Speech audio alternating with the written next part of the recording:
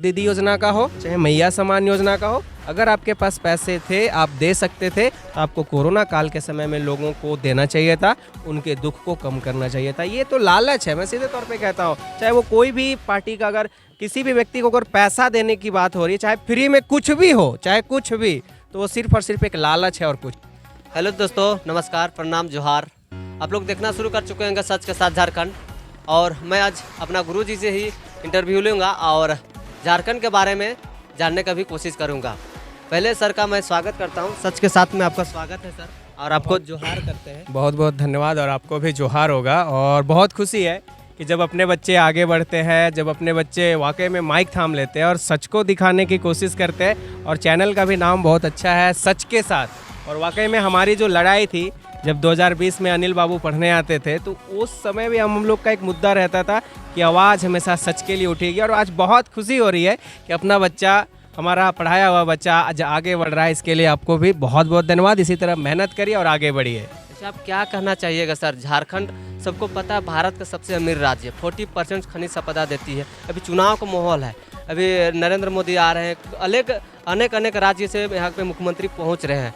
आप क्या कहना चाहिएगा उसके लिए? देखिए, इसके लिए मैं एक ही चीज़ कहना चाहता हूँ कि जो सबसे खूबसूरत फूल होता है, भंवरे उसी पे मंडराते हैं। जहाँ पे अगर आपने कहा, और ये सबके सामने है कि झारखंड में 40% से अबव खनिज संपदा है और यहाँ पे सारे लोग आ रहे हैं। लेकिन सबसे बड़ी बात है कि हम झारखंडी आखिर कब जगेंगे? आखिर हम झारखंडी अपने खनिज संसाधनों पे अपना हक अधिकार कब लेंगे? आखिर हम झारखंडी जब चुनाव का समय आता है, उस समय हम विकास की बातें आखिर कब करेंगे? ये छोटा बच्चा है जो 2023 का बच्चा है, ये 2020 में मैट्रिक लिखा है, ये 2023 में, 2020 में, और जो माइक पकड़ा हुआ है वो 2022 का है। तो ये सारे जो बच्चे हैं, जब ये आगे बढ़ते हैं, लेकिन अगर हमारे क्षेत्र में आज अगर शिक्षा के संसाधन होते तो शायद बच्चे कभी भटकते नहीं। एक से एक होनहार बच्चे आज भटक रहे हैं। अगर हमारे क्षेत्र में कॉलेज होता, हम लोगों ने कॉलेज का मुद्दा उठाया था, और आज बहुत खुशी होती है कि जितने भी नेता हैं, जितने भी कांके विधानसभा 2024 का जो चुनाव होने वाला है, और उसमें प्रत्येक राजनीतिक पार्टी के जो उम्मीदवार हैं, उनका पहला ही मुद्दा है कि बुढ़मू में एक डिग्री कॉलेज खुलेगा। खलारी प्रखंड और बुढ़मू प्रखंड को मिलाकर एक सेंटर के जगह पे कॉलेज खुलेगा। और ये बहुत अच्छा लग रहा है कि जब कोई जनहित का मुद्दा उठाया जाता है, तो ये लोगों में एक नए विचार का रूप लेता है। और बहुत अच्छा बात है कि कोई भी प्रतिनिधि चुने, क्योंकि ये सारे प्रतिनिधि अपना विशेष मुद्दा बनाते हैं कि हम बुढ़मू में डिग्री कॉलेज बनाएंगे। और उम्मीद है, और वे अगर अपना काम नहीं करते हैं तो फिर उन्हें तरीके से बताया जाएगा, क्योंकि आप हमारे चुने हुए नौकर हैं, मालिक बनने की कोशिश नहीं करना है। अच्छा, आप कांके विधानसभा को बहुत भ्रमे से जानते होंगे, क्योंकि अगर दुनिया में देखा जाए, पूरा दुनिया में देखा जाए, तो कांके अगर रांची जाना जाता था, तो कांके के नाम से रांची जाना जाता था। क्योंकि वर्ल्ड में मतलब 2 ही जगह था पागल खाना, जो कि हॉस्पिटल था, एक मुंबई में, एक कांके में। तो इसमें पूरा फेमस में मानचित्र है। तो आज तक डेवलपमेंट क्यों नहीं किया कांके विधानसभा? कांके विधानसभा डेवलप नहीं होने के कारण 2 लोगों का हाथ है। पहला हाथ तो मैं जनता को ही मानूंगा, जो आम लोग हैं, जिन्होंने कभी अपने अस्तित्व की लड़ाई को लड़ा ही नहीं। वे अपने अस्तित्व की लड़ाई नेताओं के जिम्मे छोड़ दिए। उन्होंने कभी अपने हक अधिकार के लिए, उन्होंने कभी रास्ते पे उतरकर जन आंदोलन नहीं किया। इसका फ़ायदा नेता उठाए। और मैं आज जब मैं ऑटो से आ रहा था, तो मैंने एक व्यक्ति को बोला भी कि जनप्रतिनिधि कभी जनता का भला नहीं चाहता। वो चाहता है कि जनता हमेशा दुख विपत्ति में पड़े रहे, ताकि वो हमेशा उसको याद करता रहे। अगर नेता चाहे तो बेहतर शिक्षण संस्थान हो सकते हैं, कांके विधानसभा डेवलप हो सकता है, अस्पतालों में बेहतर सुविधाएं हो सकती है, लेकिन नेता चाहता ही नहीं है। क्योंकि अगर वो बेहतर सुविधाएं कर लेंगे, लोगों के लिए बेहतर काम होने लगेंगे, तो लोग नेताओं के पास जाना छोड़ देंगे। वे अपनी तकलीफ़ को नेताओं को बताना छोड़ देंगे। और नेता चाहते हैं कि हमेशा कोई भी काम हमारी पैरवी के माध्यम से हो, ताकि लोग हमें याद रखें। और यही कारण है कि हमारा कांके विधानसभा आज तक डेवलप नहीं हुआ है। और एक सीधा संदेश देना चाहेंगे कि आखिर हम किस मुंह से हम विकास मांगते हैं, जब हम अपना वोट 100, 500, 50 हज़ार में जब हम बेच देते हैं, तो नेताओं से हम अपना विकास कैसे मांगेंगे?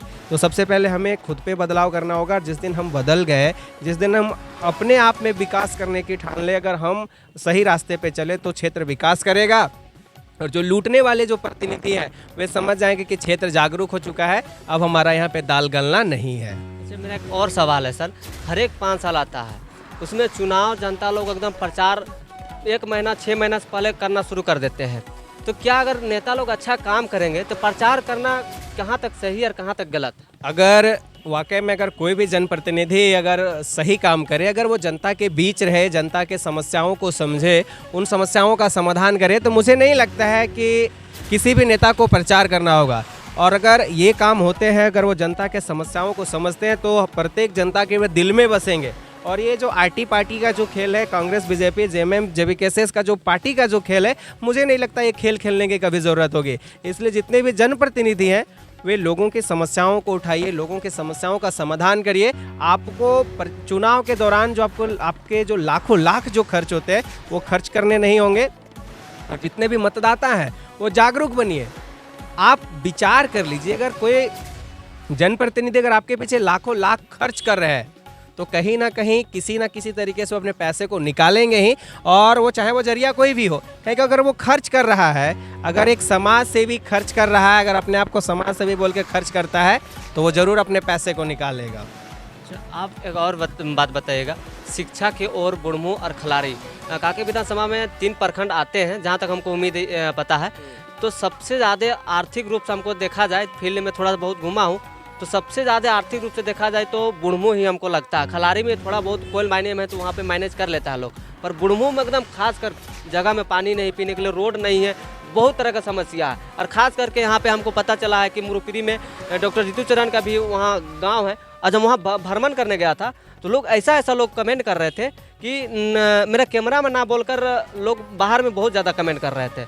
ये इसे अगर देखा जाए तो विफलता है, क्योंकि अगर जो भी जनप्रतिनिधि अगर क्षेत्र में वाकई में अगर विकास कार्य को करे तो लोग उनके लिए तारीफ करेंगे।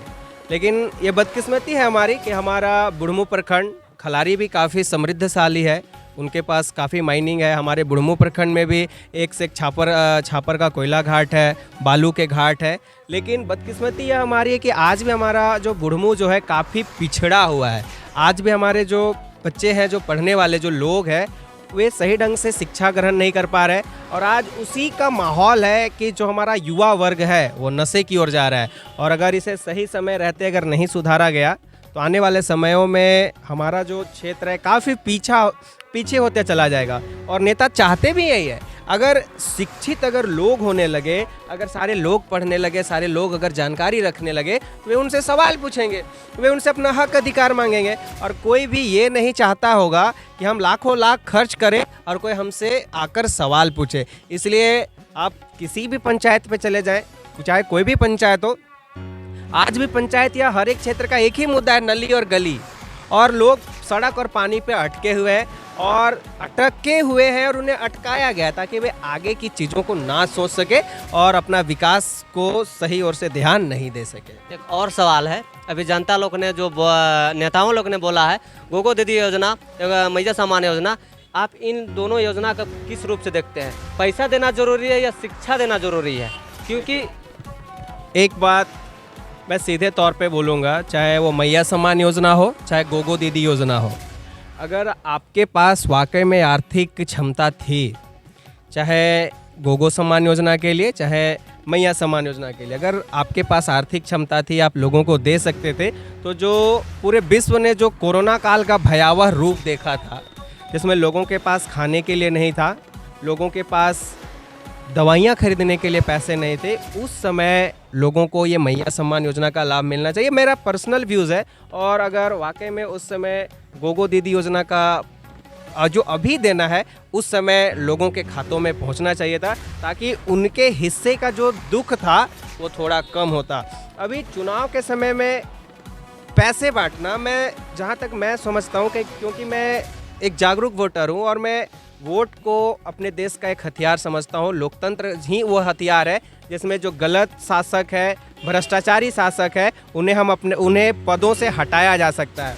और चुनाव के समय में ये पैसे का घोषणा करना कि मैं इतना दूंगा, फलाना मैं इतना दूंगा, तो मैं कहीं ना कहीं मैं ये समझता हूँ कि ये सिर्फ और सिर्फ लालच है। आप ये बताइए, शिक्षा जरूरी है या लोगों को पैसा देना जरूरी है? देखिए, ये बहुत बड़ा सवाल है और काफ़ी अंदर तक पहुंचने वाला सवाल है। अगर लोग शिक्षित हो जाएंगे तो लोग पैसे खुद कमा लेंगे। अगर लोग अब पैसा फिर क्यों दे रहे हैं?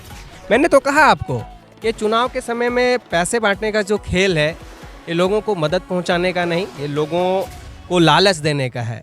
मैंने कहा कि अगर आपके पास वो आर्थिक क्षमता थी, आपके पास पैसे थे, चाहे वो गोगो दीदी योजना का हो, चाहे मैया सम्मान योजना का हो, अगर आपके पास पैसे थे, आप दे सकते थे, तो आपको कोरोना काल के समय में लोगों को देना चाहिए था, उनके दुख को कम करना चाहिए था। ये तो लालच है, मैं सीधे तौर पे कहता हूँ। चाहे वो कोई भी पार्टी का, अगर किसी भी व्यक्ति को अगर पैसा देने की बात हो रही है, चाहे फ्री में कुछ भी हो, चाहे कुछ भी, तो वो सिर्फ और सिर्फ एक लालच है और कुछ नहीं। देख सकते हैं दोस्तों, सर ने काफ़ी अच्छा से बताएं। आप लोग सच के साथ देख रहे होंगे। मेरा नाम अनिल कुमार और सभी को जय हिंद, जोहार झारखंड।